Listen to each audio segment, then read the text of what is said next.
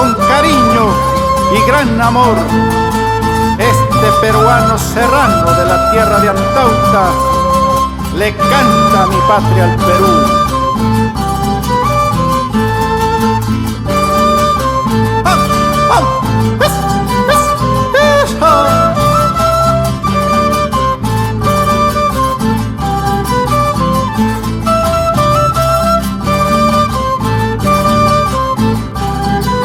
Adentro. Desde los Andes peruanos se escucha un grito de Perú. Todos valientes y unidos trabajaremos con fuerza. Hagamos grande a nuestra patria, que es nuestro orgullo.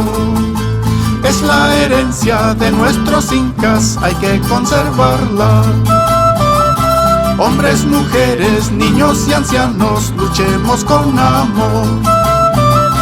Por nuestra patria, por nuestro suelo, gritemos viva el Perú. ¡Claro que sí!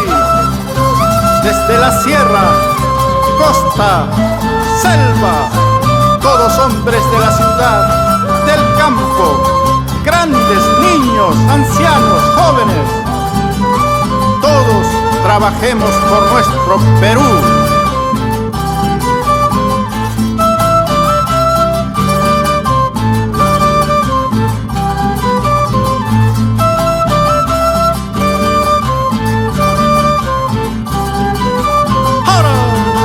Es nuestro Perú amado, el pensamiento es uno.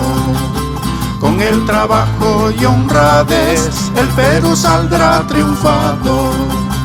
Vamos hermanos, como peruanos, saquemos al Perú. Con gran orgullo y trabajando seremos más fuertes. Siempre adelante, con frente en alto, luchemos con honor. Con el trabajo a nuestro suelo la haremos florecer. Claro que con orgullo, los peruanos sí podemos y saldremos siempre adelante.